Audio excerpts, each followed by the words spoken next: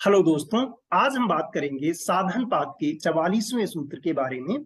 और इस सूत्र में महर्षि पतंजलि ने नियम के चौथे भाग स्वाध्याय के बारे में बताया है। तो देखते हैं साधन पाद का 44वां सूत्र। साधन पाद के 44वें सूत्र में महर्षि पतंजलि कहते हैं कि स्वाध्यायाद इष्ट देवता संप्रयोगः। सबसे पहला शब्द यहाँ पर आया है स्वाध्यायात। स्वाध्यायात का अर्थ होता है कि स्वाध्याय से। दूसरा क्या आया है कि इष्ट देवता। इष्ट देवता क्या है कि जो आपके आराध्य हैं, जो आपके पूजनीय हैं।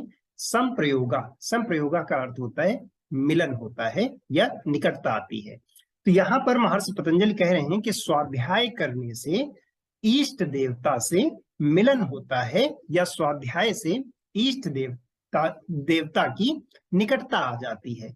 अब हम सबसे पहले स्वाध्याय को समझेंगे। स्वाध्याय का अर्थ दो तरह से लिया जाता है। एक तो ये होता है कि खुद का अध्याय, मतलब खुद का अध्ययन करना। खुद का अध्ययन क्या करना कि हम क्या कर रहे हैं, कैसे कर रहे हैं, खुद को ऑब्जर्व करना, हमने क्या अच्छा किया है, हमने क्या बुरा किया है। जब हम इसका अध्ययन करेंगे तब हम ये पता कर पाएंगे कि हमारे अंदर क्या प्रॉब्लम्स है और हमें क्या इंप्रूव करना है। तो जैसे जैसे अपने आप को हम बेहतर बनाते जाएंगे तो एक अर्थ ये होता है स्वाध्याय का। दूसरा अर्थ जो अक्सर शास्त्रों में लिखा जाता है या जो किताबों में बताया गया है वो होता है कि धर्म ग्रंथों का अध्ययन करना या अच्छी अच्छी किताबों को पढ़ना।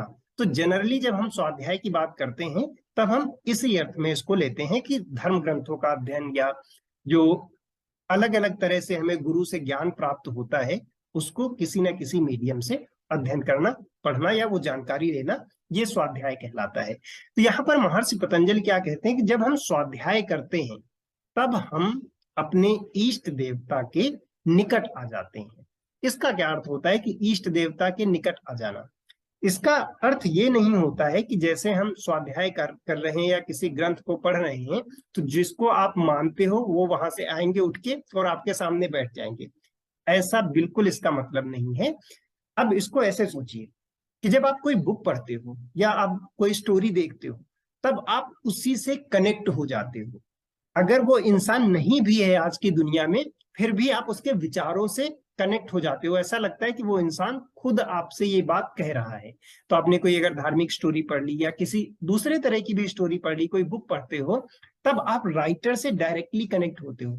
ऐसा लगता है कि वो राइटर आपके सामने बैठा है और वो अपना एक्सपीरियंस शेयर कर रहा है। बहुत से लोग जो अब बहुत से ऐसे टीचर जो आपको डायरेक्ट नहीं मिल सकते हैं उनकी जानकारी को हम उनकी किताबों से सीखते हैं।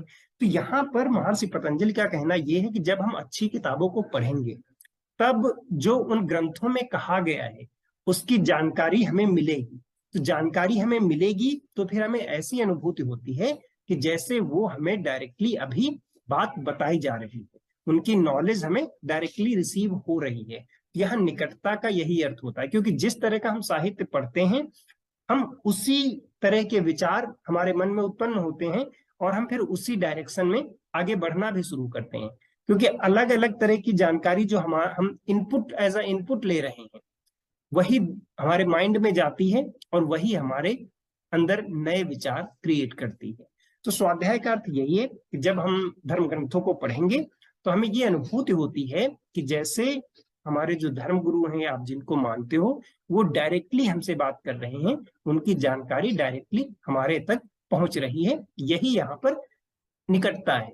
और निकटता का अर्थ ये नहीं होगा कि आप कुछ ऐसा पढ़ रहे हो तो जिस इंसान ने ये लिखा है वो वहां से उठ के आएगा और आपके सामने बैठ जाएगा।